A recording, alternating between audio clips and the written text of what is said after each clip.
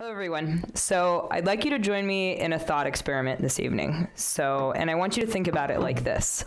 So what would you do if you had actionable information about every square meter on Earth updated every single hour? Where would you look? And what questions would you be looking to answer? Would you be interested in detecting changes? Things like melting sea ice, disappearing forests, maybe how many cars are in a given parking lot at a certain time. Maybe you want to know more about a place that you already have some contextual information about. Maybe you know that the fish population is decreasing and you have no way with any actionable frequency to know when there might be illegal fishing happening in those waters. So ICEYE is here to empower the planet and all of its types of organizations to make better decisions. For governments and commercial organizations, we are providing access to timely and reliable satellite imagery available at an hourly frequency that together unlock previously unattainable information. And information like that enables all of us to make better decisions. So how do we get our hands on information like that? Well, we're starting with satellites. So with a total of only 18 of our satellites, we can revisit any point on the planet that you would like within 3 hours of you giving us a call. And once we add a few more satellites after that, we'll be able to update you every single hour. We're building nothing short of the world's largest synthetic aperture radar satellite constellation to change the way that we look at our world from space. We're launching the first 10 of our satellites by the end of 2019, and we're already off to a successful start. Our first satellite, the ICEYE X1, the 3D printed model that he showed there, that launched in January of this year, and so we're going to dive into some of our own data from X1 in the next few minutes this evening. So using this image from our ICEYE X1 of Singapore, I want to tell you a little bit more about synthetic aperture radar, or what's called SAR in short. So monitoring our living environment in an actual way requires broad area imaging at high frequency. Like, that's the winning combination. So often this imagery needs to be captured at local nighttime when it's dark or during inclement local weather. And SAR is what provides you this capability. So it can see through darkness and it can see through clouds. Before ICEYE, only very large SAR satellites, and I mean these things are huge, like think the size of a passenger bus, had been produced. And those, they would acquire images maybe every 2 days or so of any given point. And on top of that, these costed hundreds of millions to develop. So the comparison is quite drastic because ICEYE is the first company in the world to have ever launched SAR on a satellite that is a fraction of the size of previous ones and for less than 10 million altogether.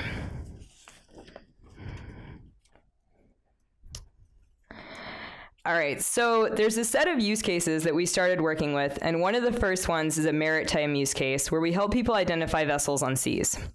And actually, seas and oceans are one of the least surveyed areas on the globe.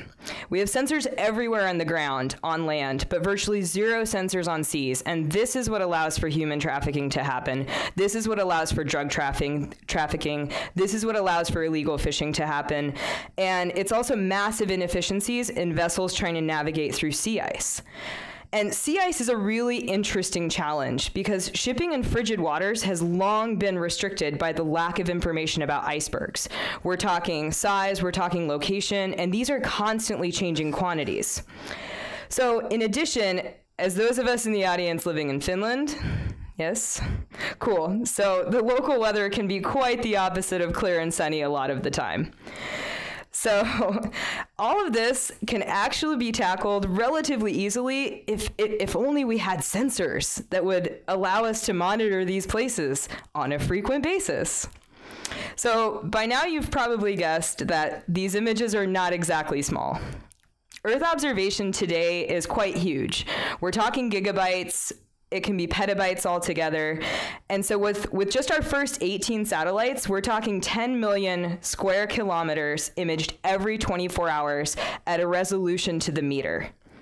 So because of this scale of data, you need to have artificial intelligence to approach this. So let's take a look at an example of us doing this with our ICEYE X1 data. So the moving gray background here, this is one individual SAR frame. In the green boxes are highlights of each ship within just this one image. On the right, the inlaid video there, that is a demonstrator of each ship being centered and counted by a computer. So the story here is that this is just one SAR frame, and we are at over 500 ships in just this one image.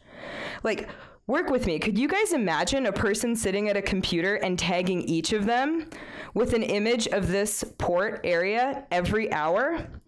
Okay, and now do that for hundreds of ports around the world. And can you have that on my desk by Monday morning at 9 a.m.? Like, that's not happening. Okay, maybe it has. So traditionally, GIS analysis like this has actually been done manually by humans looking at images and counting and categorizing and tagging. And I know because I've actually done some of this when I also was at MIT. So, and you know, the other thing about this is you can look at images that were taken every few days or weeks or even years old by the time you get some of this data, like by the time you get your hands on it, and you can try to guess exactly how the change happened between two highly disparately timed images. But can you actually make any real impact with that on business timescales? So what we can do is use artificial intelligence to handle this stream of data that we're talking about pouring in from our satellite constellation. So by tapping into this data, like at every hour, at scale, that's when you can ask totally different questions and you can glean totally different insights. So let's look at a couple other use cases. So we can take our analysis of large vessels a little bit further, and maybe you want to know where the world's oil is coming from and how much of it. So who has more of it to sell? So organizations are already using this information to make better deals today. I'm going to run through these pretty quickly. So let's bring this a little bit closer to the average consumer. Here we have an example of parking lot fill rate monitoring using our ICEYE X1 SAR data, and this was against optical imagery here, so combining two different types of data. So let's think here. Maybe you or your client wants to know which major retailer stock to invest in. One dimension that comes down to simply is, where are your customers going? Who are they going to? So you can now measure parking lot fill rates to measure these consumer trends by the hour. What's the expected agricultural yield of wheat for an entire country? It's a big question. So with the help of AI and timely Earth observation data, financial institutions and governments now have more transparent information on this than ever. And lastly, so here we have two ICEYE X1 pictures that we overlaid of Havana. And here we're able to demonstrate how irrigation changes and crop changes are visible to the human eye. And even in the case of just this two pictures, we're looking at over 100 crops here. So we absolutely need to use AI here to adequately track this if we're going to find the right trends.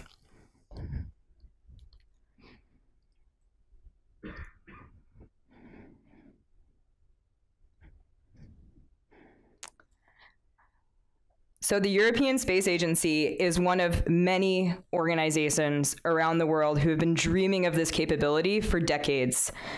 And our team at ICEYE, just upstairs, who we are so proud of, we were able to create world-first hardware and world-first software that others so far could not.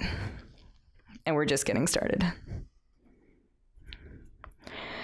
So I want to leave you guys with ICEYE's mission is to enable others to make better decisions, and we're doing it by providing timely and reliable Earth observation data. The use cases that I've introduced you to today, these are just the tip of the iceberg. So let's have a discussion. What would you do with actionable information about every square meter on Earth available to you every hour? Thank you.